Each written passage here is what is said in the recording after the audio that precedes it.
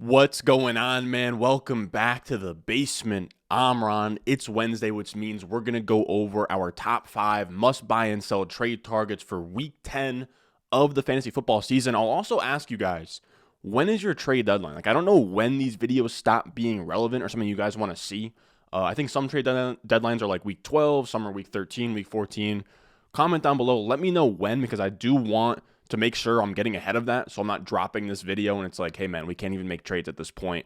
Also, let me know what you guys would want to see as like a replacement for the trade videos. I'm not really sure what we'll be doing instead. Probably something rest of season based or dynasty based, something among those lines. Maybe we'll just do dynasty trade targets once the trade deadline passes. But before I keep rambling, let's actually get into our 5 trade targets for today. As always, if you enjoy the video at any point, make sure to get down below, subscribe, leave a like.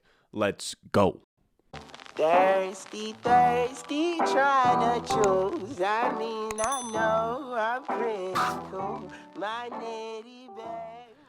Now, our first buy candidate here is more of a luxury buy. I really wouldn't go after him unless if you are contending. Probably above 500 would be the requirement to go out here and trade for a guy like Tee Higgins, really just because I believe the Bengals are on bye this week. Yeah, they're on bye this week, which means that you can't get this production. So you're going to offload points from your team for points later on in the season. I would only do that if you have the cushion to do so. Now, I like buying Tee Higgins here because, one, he's on bye. So if the owner who has him needs to win now, you can maybe get him on a little bit of a discount to give him someone to score this week. And then also, you just get an overall, value tick, I would say, on anyone who's not playing in that given week. And on top of that, he's been pretty disappointing here where Ja'Marr Chase goes down the last few weeks, and the idea was that Tee Higgins would just ascend and be a monster top 12 type wide receiver. He's been the wide receiver 21, averaging 13.5 points per game without Ja'Marr Chase.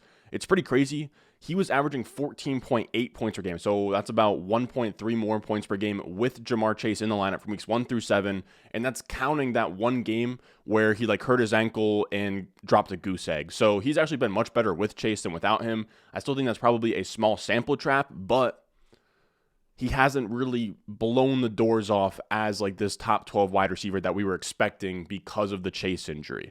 So I think when we look at Tee Higgins, we know who Tee Higgins is. He should deliver massive, massive spike weeks. We saw it last year. I want to say it was maybe the week 15, week 16 area where he dropped almost, I think it was a 40-plus bomb.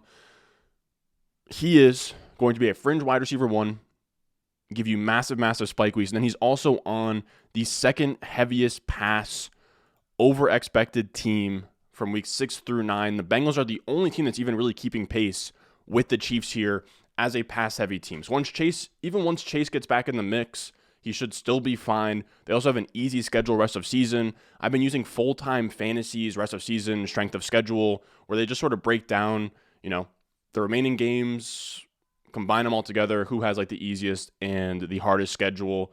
Bengals have the 4th easiest schedule, and their first 3 games after the bye are versus the Steelers, the Titans, and the Chiefs, who are allowing the 1st, 3rd, and 8th most fantasy points to wide receivers, just literally softball toss after softball toss. We don't know when Chase is going to be back. A lot of those games could be without Chase. A lot of them could be with him. Again, I think that it's a little bit overblown how much of a benefit to Tee Higgins it is to not have Ja'Marr Chase in the mix. I think just what he can give you by blowing the top off of defense, I think that he just, provides efficiency to the entire offense. And again, especially if this manager is struggling to get wins, you should be able to afford Tee Higgins at a pretty fair price tag, especially, again, if the owner is struggling and they can't afford to have Tee Higgins on bye. This is CBS trade value chart. Again, this is not the Bible or set in stone of how your league is going to value these players, but I record these on Tuesday. It's the only trade value chart that comes out today, and I think it's at least a barometer across the board of what your league might look like. Now, when we look at this, I would sell names like Terry McLaurin and DJ Moore for Tee Higgins very easily. I think you could move guys I think DJ Moore would fall into that category, Devontae Smith, Mike Williams, any of those guys.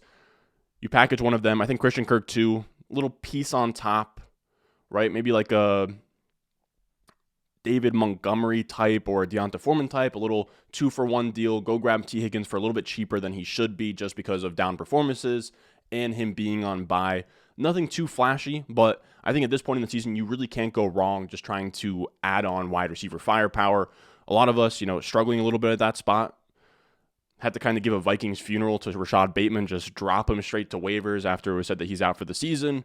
Wide receivers, players in general are dropping like flies. I think that Tee Higgins is a nice player to go after. Our next guy that we'll talk about here is actually kind of a weird one, and it's much less of a luxury buy. This is someone that if you're out here and you need RB2 production really bad and you're struggling with injuries, I kind of like Jamaal Williams as a trade target. Now, please do not go out there, buy high on Jamaal Williams and offer Dameon Pierce for Jamaal Williams and Curtis Samuel. Okay, do not do that. Do not take a good player and then tear down 1 for 2 and grab the Jamaal Williams. Jamaal Williams would just be somebody where you're just moving around like bench fodder and you can buy him super, super low, because I don't think that it's really, I think that his perception and the actual points that he's giving you is super, super wide, where if we look at the trade value chart, he is in this area of guys like Hubbard, Rachaad White, Kenyon Drake, Tyler Boyd, Rondale Moore, all of these guys that are essentially almost fringe droppable in a lot of leagues. They're not fringe droppable, but guys that are the last piece on your bench. If you can find a way to make something work by just moving really low-priced guys for him, I think you should. He is the RB16 in points per game on the season. He's outscored Miles Sanders, DeAndre Swift, ETN, Kenneth Walker. He has provided meaningful fantasy points in 2022. And the biggest reason that I like him is, as much as I'm a big DeAndre Swift guy and I've loved DeAndre Swift, the Lions managing his injury has been maybe one of the worst developments in football that has kind of been swept under the rug, right? You have the Arthur Smith stuff with the Falcons, the Colts. The Lions and DeAndre Swift is maybe the most annoying thing of all time. They keep suiting him up, giving him 10 touches, and they don't allow him to get right. Just to shut him down, let him get right. And if they're not going to do that, then we can kind of profit here from Jamaal Williams. DeAndre Swift actually had a quote last week that's pretty concerning. I think a reporter just asked him something point blank of are you going to be 100% this year? He said, I can't say that. I don't know, Swift said. All I can do is come in here every day and attack rehab and just get better each day. I'm not 100%, no, but I'm out there with my team, and that's what matters.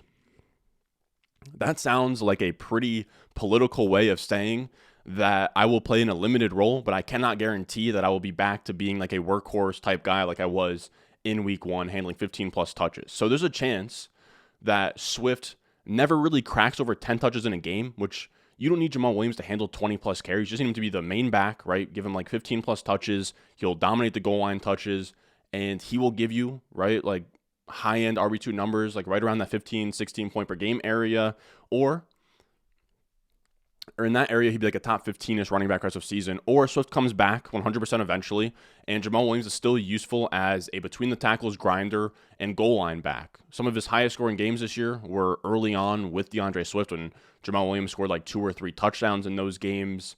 He's still somebody that can give you value, even if DeAndre Swift suits back up. So I think you have a lot of upside, and you even have a floor here for a guy that you can buy for literally nothing. He also plays Chicago this week, Jamaal Williams. We know DeAndre Swift probably isn't going to be a full workload guy this week.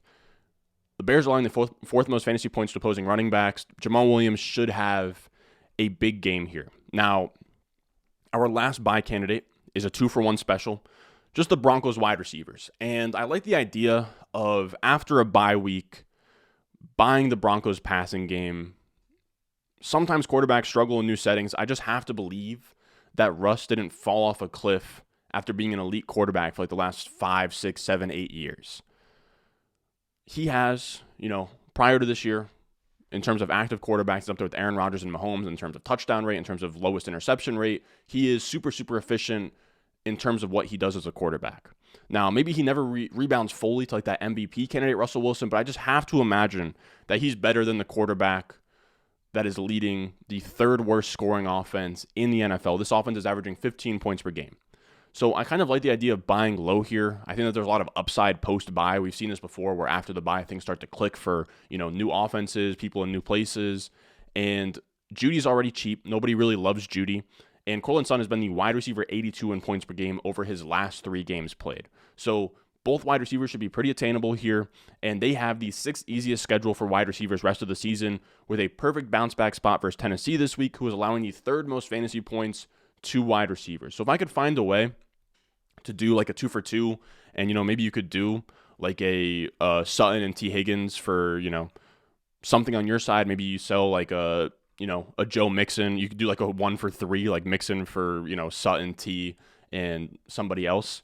But yeah, I don't mind buying these guys. I think that they should be cheap. I think that you're just giving yourself a lot of upside at a position that, again, is scarce. When a lot of us are in these 2-3 wide receiver, 2 flex leagues, you need wide receivers, especially now with bye weeks and everything. They already got the bye week out of the way. Schedule lightens up. I don't mind the Broncos wide receivers. Now, before we get to our sell candidates, make sure you check out patreon.com/Ron Stewart. That'll be, as always, in the description. It'll be at the top of the comments below every single Wednesday. So when this video comes out around like 7 p.m. Eastern on Patreon, my rest of season rankings will drop. So you guys can use the rest of season rankings to make trades and sort of see, oh, Ron values this guy here, he values this guy here, to make sure you're not, overspending on players or selling players low when you shouldn't be.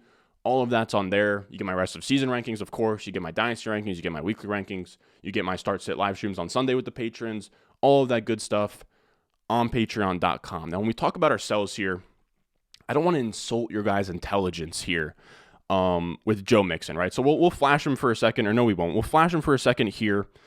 I imagine everyone and their brother is telling you guys to sell Joe Mixon. You probably should, right? If you can sell after a 55-point game and parlay that into like McCaffrey, Eckler, Saquon, like maybe you could do like, Mixon in like a tiny piece and get into CMC, Eckler, Saquon, Kupp, Tyreek, any of those like, premier guys up top. Go do that, but unless if you're playing with like, casuals or people who aren't that competitive with fantasy, I don't think anyone's going to really take the bait on that. Again, I think everybody, any video out there, any article out there is going to tell you to sell high on Mixon. Again, if you can, you should. But let's go over some other players and just treat Mixon as kind of a bonus here. Now, our first real sell candidate is going to be Juju Smith-Schuster, and I hate to say it, we keep having him as a sell candidate. He keeps overperforming expectations. I have him on some teams. He was someone I liked going into the season, but I will say his production to this point has been a little bit fraudulent. Now, I will say that when we talk about these sell candidates, I wouldn't feel really pressured to sell any player on your team that's scoring points for you. Right now, meaningful production is so hard to come by. I know we just talked about Joe Mixon, but really anybody that if we were to do a draft today of like the first 2 to 3 rounds, any player in the top like 36 rest of season, I probably wouldn't really want to move off of again, unless if you're tearing up, I guess, in that range. But again, it's just so hard to come by meaningful production that I wouldn't do anything where you're tearing down 1 for 2 from any player that would be like a top 2 or 3 round pick in a redraft. Now, Juju, of course, doesn't really fit in that conversation. He's more of a, he could be your wide receiver 3, could be your wide receiver 4, and it could be time to cash out for you. Since week 6, Juju is at 22.2 points per game. Only Jamar Chase, Tyreek Hill, A.J. Brown, Diggs, and D-Hop have outscored him in a point per game basis since week 6, which is crazy. That would make him, the wide receiver, 6 over that time span. And I think that's what makes him a pretty easy sell high candidate, especially when we look at his expected points per game. Now, expected points per game, something I love to look at, that's the EP header here. So 13.8 points per game is how much he's expected to put up based on his targets, his ADOT, his red zone targets, all of that. Expected points, all it is just based on your volume, right? Your targets, all of that. How many points should you have put up? He should have been at 13.8 points per game over this entire time.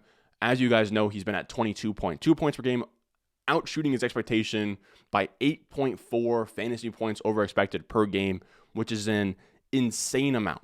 You also have some factors working against him here where Sky Moore, Kadarius Toney are both sort of climbing up the depth chart. They could eat into his routes. The Chiefs wide receivers also have the toughest strength of schedule over the rest of the season with a matchup versus the Bengals. With the matchup, you have 2 games versus the first-ranked Broncos right now. The Broncos are allowing the least amount of fantasy points to wide receivers. You have to face that defense twice. You have the Texans and Seattle. So that's 1, 2, 3, 4, 5 matchups outside of the top 20 in fantasy points allowed to wide receivers. Just an absolute brutal stretch of games here. And the names that you're seeing around Juju Smith-Schuster on a lot of these trade targets is absolutely wild. I think without even flinching, Give me Amon-Ra St. Brown, give me DK Metcalf, give me Tee Higgins over Juju rest of season. I think I'd even take Olave and Deebo Samuel over him. So if you can parlay Juju into a like almost fringe wide receiver 1 because of these last 3 weeks, you absolutely have to do so. Now, our last sell candidate here is a smaller name, and it's someone that you should probably bundle with somebody else in a 2-for-1 deal. So take Curtis Samuel, maybe like a Deonta Foreman, and go tier up. I don't think that'll get you to Tee Higgins area, but maybe it would. Something like that is what I would use Curtis Samuel to get into. Or maybe you do Curtis Samuel for like Jamaal Williams in a piece. I don't know if that's on the table. But he had a 17.1 point game this week, despite only earning enough volume to be at 6.2 expected points per game. This is on RotoViz, by the way. So he was at 6.2 expected points. He had the third highest FPOE where, he just outperformed what he was supposed to have, 10.9 points over what he was expected to have. Now, this is where I'd probably want to cash out of Curtis Samuel, someone you probably grabbed off waivers and somebody that's at least in the perspective of your league mates, someone that's been good for fantasy this year. If we look at what he's done with Heineke and what he's done with Wentz this year, it's pretty much identical from a point per game perspective. He has averaged 13.6 points per game with each quarterback, but this is the kicker here. The targets. He averaged 9 targets per game with Carson Wentz. He is averaging 5.3 targets per game with Heineke. The volume is running out. The efficiency will eventually run out. This is Taylor Heineke. Jahan Dotson is due back soon, and the Washington wide receivers have the 9th toughest schedule among wide receivers for the rest of the season. So again, if I could take Curtis Samuel another piece and go sort of tier up into that Tee Higgins area or even, somebody cheaper, I would be extremely into that. Now, that is going to do it for us today, fellas. As always, I appreciate you guys watching. Rest of season rankings will be on Patreon. And, of course, if you can't support there, I appreciate all views, likes, subscribes, comments. It helps us out a ton in the algorithm at a point in the year where things are coming to a skidding halt here in terms of the algorithm, growth, views, all of that stuff. But it's not a big deal. I do this for the love of the game. I'm in here fired up in the basement like it's week 1 and we're coming out here with must buy and sell trade targets. Now, that's going to do it for us today. I feel like I already said that, but thank you for checking the video out. And as always, I will see you guys in the next one. I got the juice, I got the juice. 10-0, Chatham's on. Foolies glad I'm home. Even my haters kinda glad I'm on. Rest in peace to my vagabond. Rapper song, singer, suspended, subpoena from misdemeanor.